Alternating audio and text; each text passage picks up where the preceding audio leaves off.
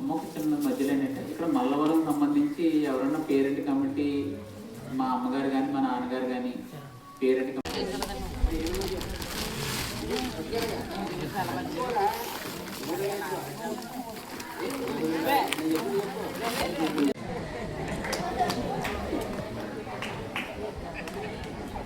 అది తీసే అవకాశం ఉండదు అని చెప్పాడట. అలా ఉంటారా మీరు? న్యూస్ పుస్తకం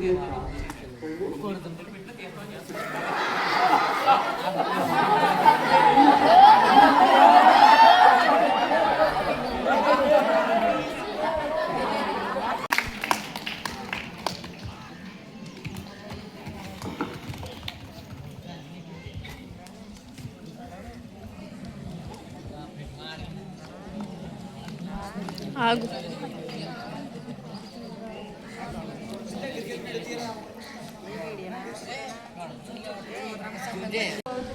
జవహర్లాల్ నెహ్రూ గారి పుట్టినరోజు.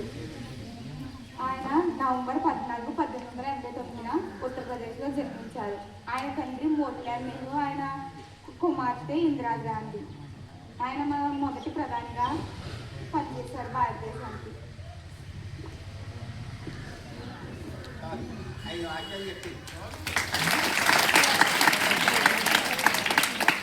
ధన్యవాదాలు కూడా చెప్తాను.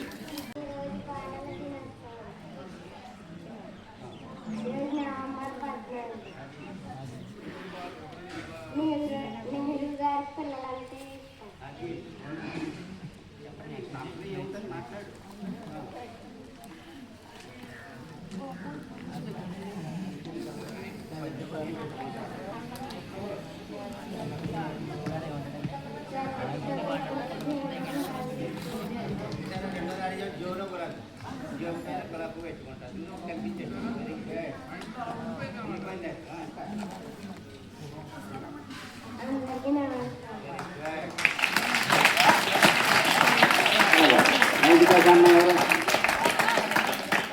అది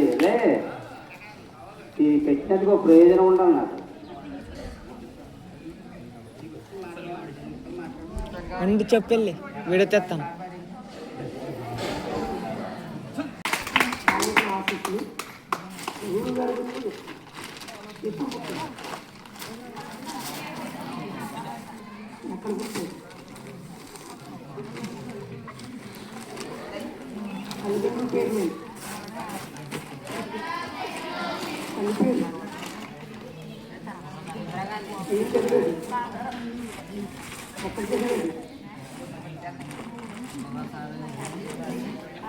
ఉత్తరప్రదేశ్లో అలహాబాద్, ఉత్తరప్రదేశ్లోని అలహాబాద్లో ఇప్పుడు దాని పేరు ప్రయాగ్రాజ్, పేరు మార్చేది. ఇప్పుడు అలహాబాద్ అంటే కలదు, ప్రయాగ్రాజ్ దాని పేరు. ఆ ఊళ్ళో 1889 నవంబర్ 14 వచ్చేది. ఆ ఊళ్ళోనే త్రివేణి సంగమం. ఇంకా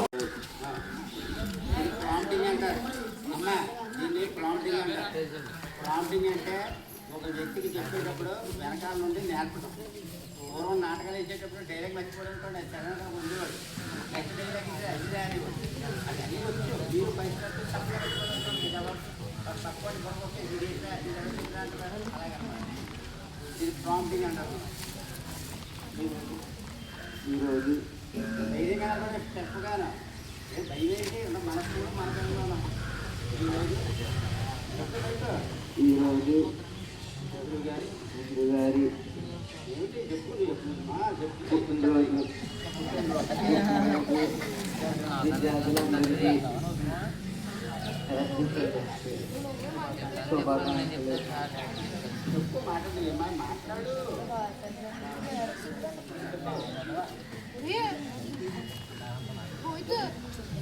ఇలాగ డల్గా ఉంటే మాత్రం ఈ మీటింగ్ పెట్టి శుద్ధ వేస్ట్ అయిపోతుంది మాట్లాడుతుందా. మేము మా భావాలు ఎక్స్ప్రెస్ చేసాం, ఈ భావాలు ఎక్స్ప్రెస్ చేసి ఎంత అర్థమైందో కూడా చూడండి.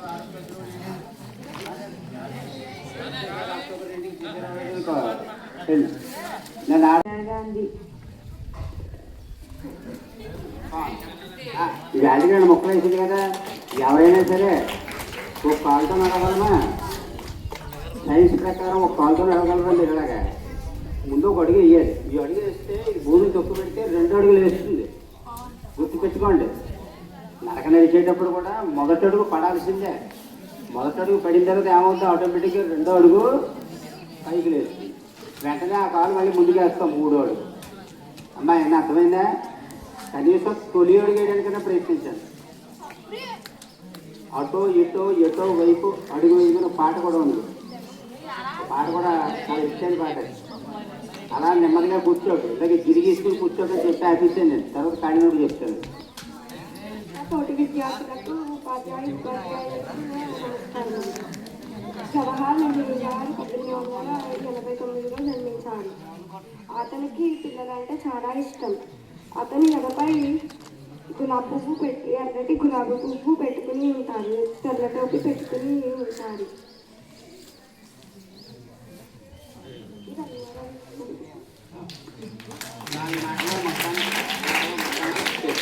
ఇంకా 10th క్లాస్ ఆర్డర్లు వచ్చి కంప్లీట్ చేస్తే ముగిద్దాం. అందరికీ కూడా బాలల దినోత్సవ శుభాకాంక్షలు తెలుపుతున్నాను. కృష్ణ గారికి, నా తోటి ఉపాధ్యాయులకి నా నమస్కారాలు తెలియజేసుకుంటున్నాను. చాలా ప్రశాంత వాతావరణంలో మనం ఈ చిల్డ్రన్స్ డే జరుపుకుంటున్నాం కదా. అంత ప్రశాంతంగా ఉంది. ఎందుకంటే ఇంత ప్రశాంతంగా ఉంది, ఇవాళ మీ పుట్టినరోజు కాబట్టి మీరు చాలా ఆనందంగా ఉన్నారు కాబట్టి, బుద్ధిగా వ్యవహరిస్తున్నారు కాబట్టి చాలా ప్రశాంతంగా. స్కూల్ ఉందా లేదా అన్నట్టుగా ఉంది కదా.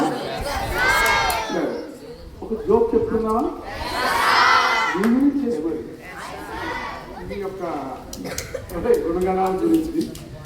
ఒక అమ్మ వాళ్ళ అబ్బాయి గురించి వాళ్ళ తండ్రి గారితో కంప్లైంట్ చేస్తుంది. ఏమండి, మన అబ్బాయి నీలో తెలియని భావాలన్నీ బయటకు వచ్చేస్తాయి. నువ్వు చిన్నప్పుడు చదువుకున్నవి, నీ చిన్నప్పుడు మ్యాథ్స్ అది చెప్పి, మరి నీ స్కూల్లో చదువుకున్నప్పుడు నీ మ్యాథ్స్ అది ప్రోగ్రామ్ పెట్టి చెప్పలేదా? చెప్పారు మాకు. హరి మ్యాథ్స్ సార్ అని ఉండేవారు రామచపురం నుంచి. 6వ క్లాస్ రామపురం నుంచి సైకిల్ వేసుకొచ్చి మాకు ఆ రోజుల్లో స్కూల్లో చెప్పేవాడు. ఎందుకంటే మీకు ఎంత ఇబ్బంది, సైకిల్ వేసుకుని రాబోతే ఇక్కడ రావడం ఆర్ఎస్ఎస్ కార్యకర్త, పెద్ద పేరు హరి మ్యాథ్స్ సార్ అంటే.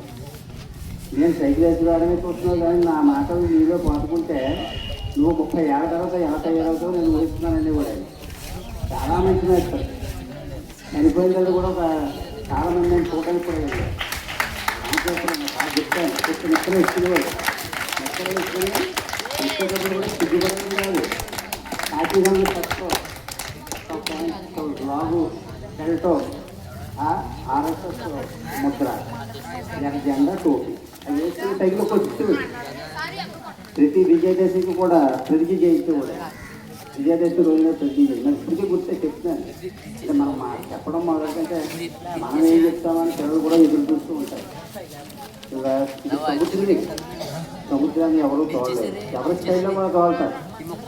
నువ్వు చెంబుతో తోడితే ఇంకొకటి మోడల్ తోడతారు, ఇంకొకటి గిన్నెతో తోడతారు. అంత నీరైపోతే ఎవరు ఎన్ని విధాలుగా చెప్పినా ఆ వ్యక్తి గురించి ఇంకా మిగిలే ఉంటుంది. అలాగా పాటు పని కండక్టాము ప్రశ్నించిన మధ్య నుంచి పెద్ద నెక్స్ట్ ఇందాక ఒక మాట అన్నాను నేను, ఆటలాడుకోమని. మనం ఆటలాడుకోవడానికి వీలు లేకుండా క్యాన్సిల్ చేస్తాం. మనకి అన్నీ కలిసి వస్తాయి కదా. మరి తర్వాత మరి ఆడుతాం. మరి మ్యాథ్స్ పొంగల్ ప్రీతి తీసుకోమంటున్నారు. మరి ఇక్కడి నుంచి లైన్గా మరి ఢిల్లీ మ్యాథ్స్ మిగతా టీచర్స్ ఆటలు బ్రహ్మాండంగా చేస్తారు. ఉండండి. ముందుగా ఈరోజు కార్యక్రమానికి అధ్యక్షత వహించినటువంటి మన పాఠశాల ప్రజలందరికీ, మిగిలిన ప్రజలందరికీ కూడా నమస్కారాలు. బాలబాలికలకి అందరికీ కూడా బాలల దినోత్సవ శుభాకాంక్షలు. చివరిలో ఒక్కటి ఏంటంటే, అందరినీ చాచా అంటారు, ఇవన్నీ చెప్పారు. అలాగే అప్పుడు ఈయన ప్రధానమంత్రి అయిన తర్వాత ఈయన 3 కోరుకున్నారు: విద్య, విజ్ఞానం సాంకేతికత ఈ మూడు ఉంటే ఆ దేశం డెవలప్ అవుతుంది. విద్య ఉండాలి, దాంతోపాటు విజ్ఞానం పెరగాలి, దాంతోపాటు సాంకేతికత అంటే పరిశ్రమలు ఇటువంటి. అయితే ఈ ఇంకోటి కూడా అన్నారు ఇందాక ఎన్ని పేరులతో పిలుస్తూ మనకి భారతదేశానికి ఆధునిక నిర్మాణ శిల్పి ఎవరంటే ఒక నెహ్రూ గారు. ఎందుకంటే ఇందాక సార్ చెప్పారు ఐఐటీలు నిర్మించారని చెప్పి. మన భారతదేశంలో ఉన్నటువంటి గవర్నమెంట్ ఐఐటీలన్నీ కూడా అప్పుడే ఏర్పడ్డవి. అదేవిధంగా మేడం గారు ఇంకోటి చెప్పారు ప్రాజెక్టులు. దీంతో పాటు మనం ఇంకొక రెండు ఉన్నాయి. ఏంటంటే ఇప్పుడు ఏమిటి అని తెలుసుకుంటున్నాం మనం పెద్ద పెద్ద మెడికల్ కాలేజీలు అప్పుడు కూడా ఆయన టైంలో స్థాపించినవి. అలాగే ఇంకొకటి స్టీల్ ప్లాంట్ మనకు ఉన్న ఇప్పుడన్నీ కూడా ఉప్పు కర్మాగారాలన్నీ కూడా స్థాపించింది ఆయన హయాంలో. కాబట్టి ఈ 4 ప్రాజెక్టులు కూడా అంటే ఐఐటీలు కానీ అలాగే ప్రాజెక్టులు కానీ ఎయిమ్స్ మెడికల్ కాలేజీలు కానీ తర్వాత ఇంకొకటి స్టీల్ ప్లాంట్ అంటే ఉప్పు కర్మాగారాలు అంటాం కదా మన షాపుల్లో వస్తుంటాయి. దానివల్ల ఇవన్నీ స్థాపించింది ఆయన హయాంలోనే జరిగింది కనుక అందుకని ఆయన్ని ఆధునిక భారతదేశ ఆధునిక నిర్మాణ తీసుకెళ్ళబడుతుంది. కాబట్టి మీ అందరూ ప్రతిసారి ఆ విషయంలో ప్రతిరోజు అసలు చెప్తుంటారు. ఏదో ఒక విషయాన్ని పట్టుకుని మనలో ఉన్న చిన్న టాలెంట్ని బయటకు తీసుకొచ్చి మీరందరూ భవిష్యత్తులో ఇంకా మంచి బాగా రాణిస్తారని కోరుకుంటూ ఈ అవకాశం ఇచ్చినందుకు ప్రధాన ప్రజల వరకు మరొకసారి ధన్యవాదాలు తెలుసుకుంటూ థ్యాంక్ యూ అంటే అయిపోయింది. త్రివేణి సంగమం అంటే ఇది మనకి అక్కడ పుష్కరాలు వచ్చింది కదా, 3 లక్షల కోట్లు వచ్చింది ఉత్తరప్రదేశ్ రాష్ట్రానికి ఆదాయం. అంతమంది చూశారు. ఓకే, తల్లి పేరు స్వరూపారాణి. తల్లి పేరు. తండ్రి పేరు మోతీలాల్ నెహ్రూ. ఆయన చాలా పేదవాడు. ఆయన వీధి దీపాల కింద చదువుకున్నాడు. ఇంట్లో కిరసిన దీపం లేకపోతే వీధి దీపాల కింద చదువుకున్నాడు. ప్రఖ్యాత లాయర్ అయ్యాడు. ఆ రోజుల్లో నిమిషాల ఫీజు అనమాట. నిమిషానికి 100-200 ఇప్పుడు కాదు, అప్పుడు నేను రేపు చెప్తున్నాను. అలా తీసుకుని అంత గొప్పవాడు అయ్యాడు. అలహాబాద్లో గొప్ప లాయర్ ఆయన. ఆయనకి 3 పిల్లలు, జవహర్లాల్ నెహ్రూ గారు, విజయలక్ష్మి తల్లి, కృష్ణ అమ్మాయి గారు, 2 కూతురు. నెహ్రూ గారిని చాలా గారాభంగా పెంచాడు. లండన్లో చదివించాడు, ట్రినిటీ కాలేజీలో. కేంబ్రిడ్జ్ కాలేజీలో అనుకుంటున్నాం కాబట్టి ట్రినిటీ కాలేజీలో చదువుకున్నాడు. ఈ రోజు ఇప్పుడు మనకు సెల్ ఫోన్ ఉంది, రోజు మాట్లాడుకుంటాం. ఆ రోజులో ప్రకారం బుక్ చేసుకోవాలి, ఫోన్ బుక్ చేసుకోవాలి. ముందు పోస్ట్ ఆఫీస్కి మాకు ఆ రోజుల్లో ఇంట్లో ఫోన్ ఉంది. ప్రతిరోజు కొడుకుతో మాట్లాడేవాడు. ఈవినింగ్ కాలేజీ నుంచి రాగానే ఒకరోజు రాలేదు, లేట్గా వచ్చాడు. ఏమైందిరా అని అడిగాను కొడుకు. నేను బస్సులో వస్తున్నాను, ఈరోజు బస్సు లేట్ అయింది రాదు. బస్సు లేట్ అయిందా? మీ కాలేజీకి ఎన్ని గేట్లు ఉంటాయని అడిగాడు. 4 డోర్స్ ఉంటాయి మాకు. రేపు పొద్దునికి ఇంటి దగ్గరికి 4 కార్లు ఉన్నాయి. బాగా సంపాదించాడు ఆయన. అలా తెచ్చాడు ఆయన. బారిస్టర్ చదివాడు, లాయర్. బారిస్టర్ చదివి ఇండియాకి వచ్చాడు. ఇండియాకి వచ్చినాక ఆయన అనుకున్నాడు తండ్రి కూడా లాయరే, కొడుకు కూడా ఇంకా నాకంటే గొప్ప లాయర్ అవుతాడని ఆయన అనుకున్నాడు. కానీ అప్పటికే స్వతంత్ర పోరాటం మొదలైంది. గాంధీ గారు ప్రేరణ ఇచ్చాడు. దాంతో అయినా స్వతంత్ర పోరాటంలో పాల్గొన్నాడు. లాయర్ ప్రాక్టీస్ చేయలేదు నేను. ఇంకా మొత్తం అంతా దీని భార్య పేరు కమలా నెహ్రూ. ఓకే, దీనికి ఒక్కటే కూతురు ఇందిరా. ఓకే, ఈయన ఎప్పుడు ఇంకా ఈయన మొత్తం సర్వీస్లో ఎక్కువ 20 సంవత్సరాలు అంటే జైల్లోనే ఉన్నాడు. కూతురికి అన్నికేమో టీవీ, అందుకని కూతురు చూడడానికి కూడా చాలా ఇబ్బందిగా ఉండేది. నేను ప్రతిరోజు ఇలా చేస్తాను కదా, నెహ్రూ లేఖలు ప్రతిరోజు లేఖ రాశాడు. డిస్కవరీ ఆఫ్ ఇండియా అని ఒక బుక్ ఆ విధంగా రాసేదాన్ని. భారతదేశ చరిత్ర కూతురు కోసం జైల్లో ఉండి ప్రతిరోజు ఆవిడకో లేఖ. అది చదువుకుని ఇన్స్పిరేషన్ అయ్యేవాడు. ఆవిడ పెద్దగా ఏం చదువుకోలేదు, శాస్త్రీయతలో చదువుకున్నాడు. రవీంద్రనాథ్ ఠాగూర్ యొక్క శాస్త్రీయతలో చదువుకున్నాడు. ఆహ్లాపాలలో పుస్తకాలు అవ్వలేదు. తల్లేమో చూపించేది. అలా ఉన్నప్పటికి కూడా ఆవిడ గొప్పగా చదువుకున్నాడు. చదువుకున్నమంటే ప్రధానమంత్రి కూడా అయింది. ఓకే, ఇది నెహ్రూ గారి. ఇంకా ఆయన స్వతంత్రం వచ్చింది 1947 ఆగస్టు 15 నుంచి ఆయన చనిపోయే వరకు కూడా 1944 మే 25వ తారీఖు చనిపోయాడు ఆయన. అంతవరకు కూడా ప్రధానమంత్రిగా ఉన్నాడు ఆయన. ఆయనంతా కూడా శాస్త్రీయ దృక్పథం కావాలి. మూఢనమ్మకాలు అవి ఉన్నాయి, ఇవే ఉండకూడదు. అందరం చదువుకోవాలి. మీరు ఇప్పుడు మనం 1వ తరగతి నుంచి ఐఐటి అంటున్నాం కదా, ఐఐటి 1వ తరగతి నుంచి కూడా దేశవ్యాప్తంగా 10,000 సీట్లు ఉంటాయి, 10 లక్షల మంది రాస్తారు. ఆ ఐఐటీని ప్రవేశపెట్టింది ఈయనే. ఖరగ్పూర్లో ఫస్ట్ ఐఐటీని ఏర్పాటు చేసింది. అందరూ కూడా ఇంజనీర్లు అవ్వాలి, దేశం అభివృద్ధిలోకి వెళ్ళాలి. అంతరిక్ష రంగం ఇస్రో ప్రపంచంలో 4వ స్థానంలో 5వ స్థానంలో ఉన్నామని ఉపగ్రహాలు ప్రయోగిస్తున్నాం. ఇవన్నీ కూడా ఈ ఆధ్వర్యంలో జరిగినటువంటి అభివృద్ధి అంతా కూడా దేశం అంతా. ఇందాక పంచవర్ష ప్రణాళికలు చెప్పారు. సోవియట్ యూనియన్ చూసి ఆయన ప్రేరణ పొంది దేశంలో ముందు వ్యవసాయ రంగం, తర్వాత పారిశ్రామిక రంగం, ఆ తర్వాత మూడో ప్రణాళికలో వ్యవసాయము పారిశ్రామిక రంగం, ఈ విధంగా అన్నింటిగా అభివృద్ధి చేశారు. కానీ ఏంటంటే ఒక వీక్నెస్ ఉంది దగ్గర, ఎవరిని పడితే వాళ్ళు నమ్ముతారు. అదే 48 అక్టోబర్లోనే పాకిస్తాన్ వాళ్ళతో యుద్ధం వచ్చింది మనకి, జమ్మూ కాశ్మీర్ ఆక్రమించుకున్నాం. అదేవిధంగా పక్కన ఉన్నటువంటి చైనా దేశంతో ఎక్కువ దోస్తీ చేశాడు. అర్థమైంది, దోస్తీ ఎక్కువ స్నేహం ఆయన నమ్మాడు. మిగిలిన వాళ్ళు చెప్పారు అంత ఎక్కువ ఉండకూడదు, మనం సైనికంగా అభివృద్ధి చెందాలి. అక్కడ చైనా వాడు ఏం చేయడు. కానీ 62లో 1962లో చైనా వాడు మన దేశానికి యుద్ధానికి వచ్చాడు, చాలా భూభాగం ఆక్రమించుకున్నాడు. అంటే ఆ విషయంలో అప్పుడే మొట్టమొదటిసారిగా ఆయన వీక్ అయ్యాడు. ఆ తర్వాత ఆయనకి మొట్టమొదటిసారిగా గుండు కూడా వచ్చింది. ఆ తర్వాత చనిపోయాడు. నేను పూర్తిగా నమ్మాను కానీ మోసం చేసిన అప్రమత్తంగా లేడు ఆయన. అందుకని చైనాతో యుద్ధం వచ్చింది, పాకిస్తాన్తో కూడా యుద్ధం వచ్చింది. జమ్మూ కాశ్మీర్ విషయంలో కూడా ఈయన మిగిలిన వాళ్ళు చెప్తే వినలేదు కొద్దిగా. అందరినీ మంచి చూసాడు ఆయన, ఎక్కువ మంచి కూడా చూడకూడదు కదా, అన్నీ చూడాలి. ఆ విధంగా ఆయన మనకి చేసేది. ఆ తర్వాత లాల్ బహదూర్ శాస్త్రి గారు ప్రధాని 64 నుంచి 64 వరకు. ఆ తర్వాత ఇందిరాగాంధీ గారు మనకి ప్రధానమంత్రిగా చేసేది. ఈ విధంగా వాళ్ళ కుటుంబంలో తర్వాత ఇందిరాగాంధీ గారు కుమారుడు రాజీవ్ గాంధీ కూడా మనకి ప్రధానమంత్రిగా చేశారు. ఈ విధంగా వాళ్ళ ఇంట్లో వాళ్ళందరూ దేశం కోసమే, ఆయన దేశం కోసమే, ఆయన కూతురు కూడా దేశం కోసమే చనిపోయింది.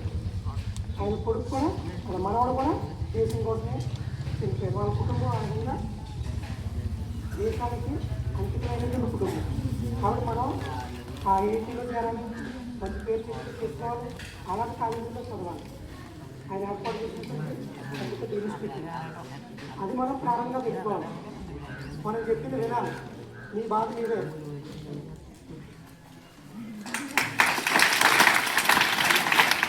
మాతకు జేజేలు, బంగారు భూమికి జేజేలు, శాంతి దూతగా వెలిసిన బాపు, జాతి రత్నమై వెలిగిన నెహ్రూ, శాంతి దూతగా వెలసిన జాతి రత్నమై వెలిగిన